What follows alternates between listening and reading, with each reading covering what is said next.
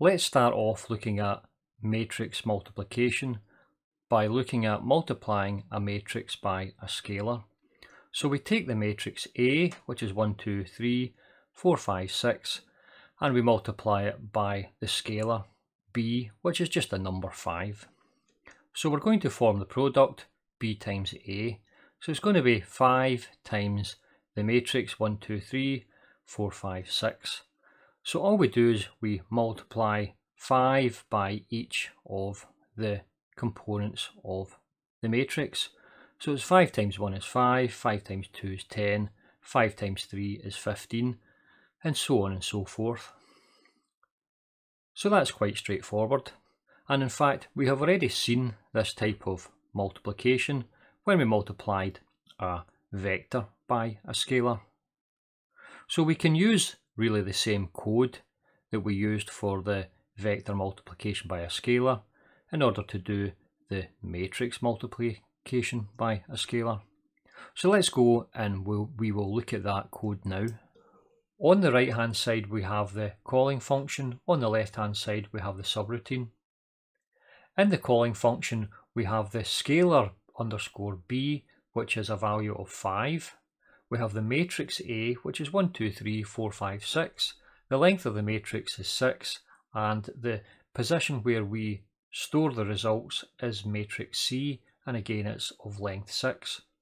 We push the scalar B, we push the matrix A, the matrix C, and the length onto the stack, and then jump to the subroutine.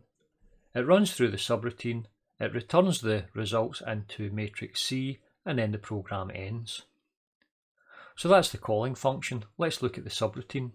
Now I don't want to spend much time talking through this subroutine because it's exactly the same subroutine we've seen for the multiplication of a vector by a scalar. So we're going to store the values from the registers into memory, and then we're going to pop the return address. We're going to pop the value for the length into the index register. We're going to pop matrix C into R3, matrix A into R2, and the scalar value B into register R0. Now we're going to work through the multiplication here. I won't talk through this. It's exactly the same as the vector multiplication with a scalar. You can always go back and have a look at that video if you're unsure. So that returns all of the results into matrix C, and then we load the values, the original values of the registers back into the registers from the memory, and then we jump to the return address, which is up here, and we end the program.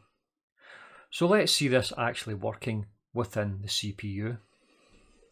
I have loaded the subroutine into the ROM and the program into the RAM. So let's run through this now. So we're going to get the answers 5, 10, 15, 20, 25 and 30, and you'll see them appearing here in register R1. Of course it's going to be in hex. So there's the 5, that's 10 which is A, 15 which is F, 20, 25 and 30, and then it clears out the registers, and that's it finished. So let's stop this for the moment and we will go in and we'll check and see where they are in memory. So at 8500 here we've got the value of 5, which is the scalar that we're multiplying by, and then we've got the matrix 1, 2, 3, 4, 5, 6. We've got the length of the matrix, which is 6, and then we have the results, which are the values 5, and this is 10, 15, 20, 25 and 30. So it does work, and we are now able to multiply a matrix by a scalar. Thank you for listening. I'll get you on the next video. Goodbye.